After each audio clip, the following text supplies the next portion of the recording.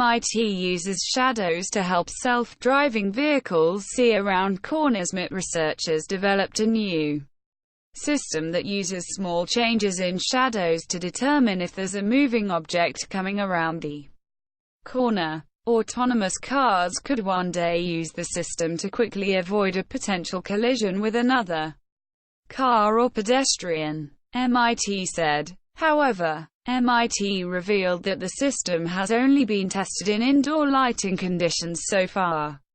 Suzuki postpones opening of new Gujarat plant by few months.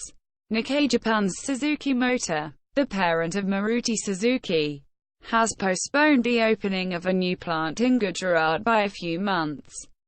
Nikkei Asian Review reported. The plant, originally scheduled to go online in April 2020, will now begin operating next July.